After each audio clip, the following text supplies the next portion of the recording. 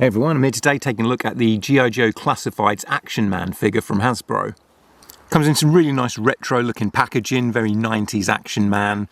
Open at the front there. At the sides you've got some nice artwork actually of Action Man there, though I don't know if I'd want my hook just hanging down like that where it can get caught on rocks when I'm trying to climb. And then on the back there, really good picture of the action figure and all the accessories that are included.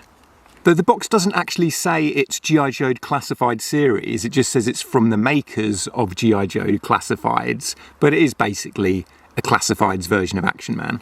For articulation, the head is on a ball joint, and there's a joint at the bottom of the neck as well as at the top of the neck where it connects to the head. So the neck's basically a separate piece. I'm actually not very keen on double neck joints because, like, when I move the head around, it starts to move the neck about, and then you put the head facing forward again, but the neck is kind of off to the side and it breaks the sculpt up and looks weird. So I have to really fiddle around with the neck to get his Adam's apple facing forward again. It's just too fiddly. Like, it's an articulation point I just don't really need. Then he's got butterfly joints, so his arms will go back and forward, which is nice. Up and down, of course.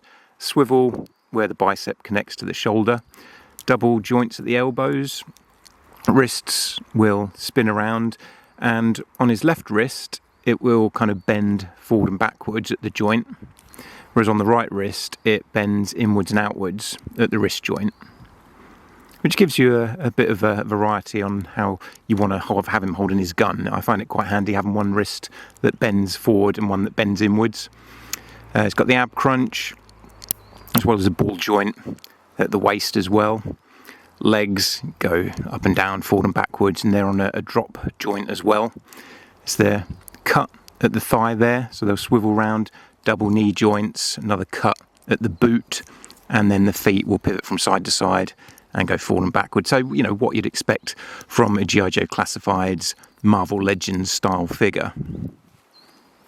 Comes with two heads. You've got one that's just the plain head with nothing on it. Really nice face sculpt, and it does capture that look of Action Man, and that little tuft of hair going down. He's got the scar on his cheek. But then he also has another head which comes with a baseball cap and a radio headset, and he does actually wear this quite often in the original comic series, which only lasted about 6 issues before Marvel took over and made it really cheap. The initial 6 issues that came out in like 1996, I think it was, were actually really good. And he often had the baseball cap and the headset, but he would have the Action Man logo on his baseball cap, whereas on this one he's got the G.I Joe label, which makes sense because this is kind of part of G.I Joe Classifieds. So I'm not against that. He's got the Action Man logo on his t-shirt, you can see there, which is a very, very, very, very, very dark blue, almost black, but it is just ever so slightly a bluish colour. And then the black trousers, which was his kind of standard outfit he had in the cartoon series and comics. I prefer him without the baseball cap because I really like the face sculpt. And the baseball cap was actually working too well out here. It was shading his face, which, you know, I guess that's what a baseball cap's designed to do. But I like the outfit on this guy. He's got all this climbing gear, this kind of harness around his waist, which I couldn't find a way to take off. There doesn't seem to be a clip on it where you can take that off, which is kind of a shame because it would have been nice to have had the option. And you could probably pull the figure apart if you warmed it up and really tried. You know, sometimes you can pop the torsos off if you wanted to take this off. I think it'd be quite difficult though because it's all around the legs and everything as well. But I would have kind of liked to have been able to take this off. But it's a nice looking harness. It's got all this climbing gear, all these carabiner clips going down here. It's got loops on the back here where you can put his pickaxes. Got a hook there which you can put either his grappling hook on or the goggles, and he has another pouch on the back here which is like for chalk for putting on your hands when you're climbing, but I mean, you know, you could put anything in that pouch if you wanted to. You can't actually literally put anything in the pouch, it's just a solid sculpted piece though. And then on one thigh he has some straps to put his flashlight, and the flashlight does come out of there, it is removable. It just kind of slides in. But I like that they've got that there, so you can store that. And then he has a knife sheath there around his ankle. Not too keen on ankle knife sheaths, I'd rather it was on his belt. And then got a holster there for his sidearm. And it's got that very orange and grey colour scheme which kind of screams 90s action man, which also reminds me of Bear Grylls as well, because he had a load of survival gear that came out about 10-15 years ago that was like grey and orange. And here he is holding the knife and the gun. Both nice sculpts. The knife's got an orange handle, once again, very kind of Bear Grylls-y looking knife. And the gun has a bit of an orange wrap on the handle. It's a bit of a sci-fi looking gun. I wish he had a more realistic looking pistol there. But still, it's not too bad. And there is a hole in the end to put blast effects, muzzle flashes. And on the underneath there he's got like a targeting laser, I assume that is.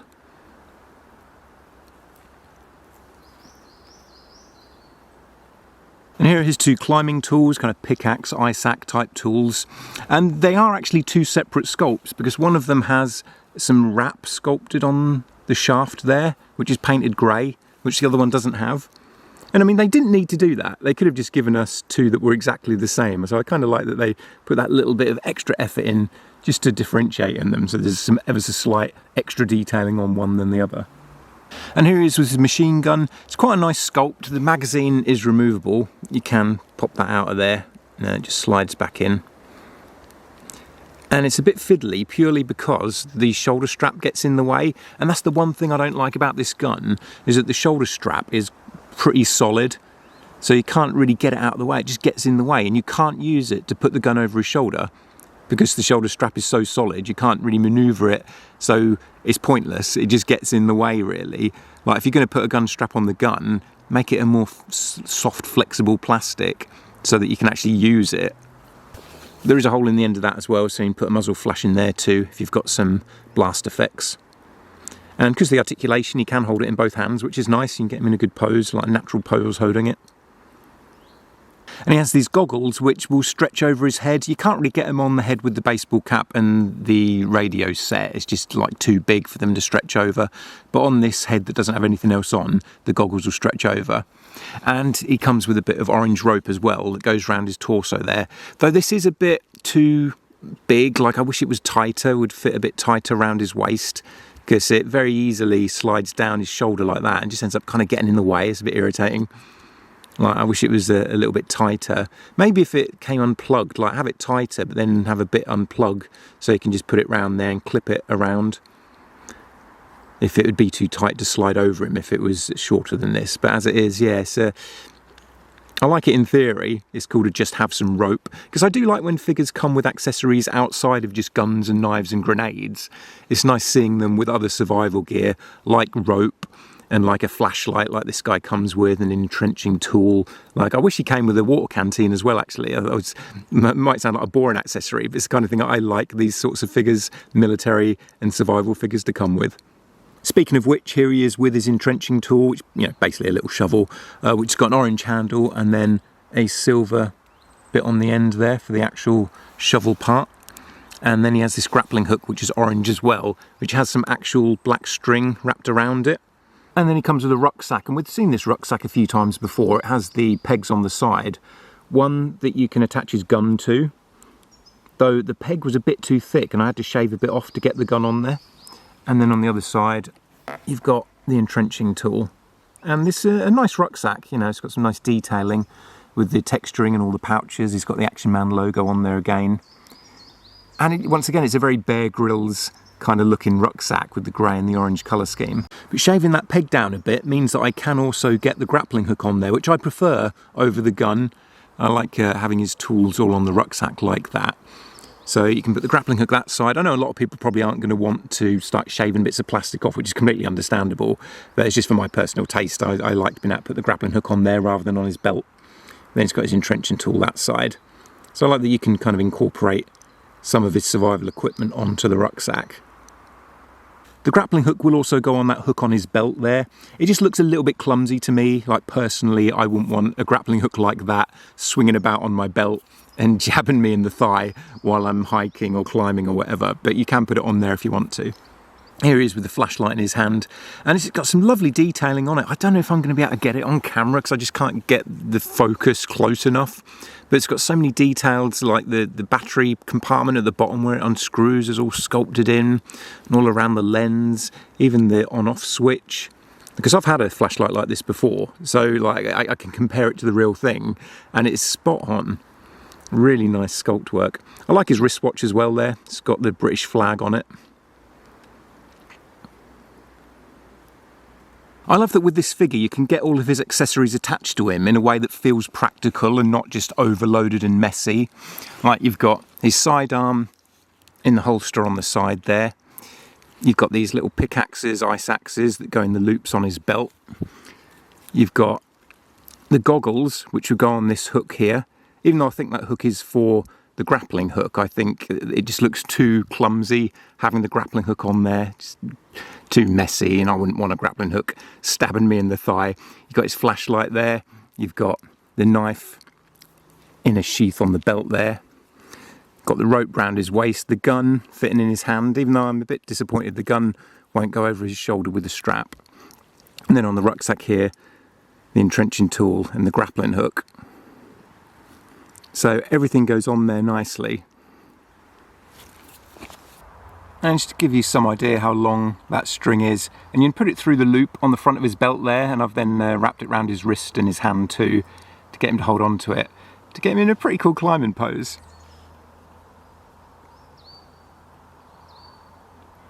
So the string goes through that loop in the front of the belt there. So once again, it's just a nice design. They've made it, you know, sort of seem and feel quite real and quite practical. There is also a little notch in the bottom of the pickaxe there that you can put the string around and tie around, so that you can have the string attached to this for climbing as well. I love the detail, like the straps and the clips are all very realistic. You know, the type of clips you get on rucksacks and these kind of straps and harnesses. So, you know, some really nice detailing. Here he is with Duke and Hawk from G.I Joe Classifieds. It's that first release of Duke, who I actually really like the face sculpt of. That's why I haven't replaced him with an updated version, even though the figures are better now than they were in that first couple of waves. Something about that Duke head sculpt I really like more than the others. And then Hawk for a more modern, updated version of G.I Joe Classifieds that are kind of a bit more improved over the last couple of years. And he's got the same legs. Action Man and Hawk, they're exactly the same hips and thighs, knees, boots and everything. I like that rucksack on Duke as well. It's a shame that the entrenching tool isn't removable, but otherwise it's a nice little rucksack, and I like that he's got the water canteens on the side too. And here he is with some Action Force figures, because I tend to connect Action Man with Action Force more than G.I Joe, because they are both, you know, sort of Action Force was an evolution of Action Man, and they were both the UK alternatives to G.I Joe.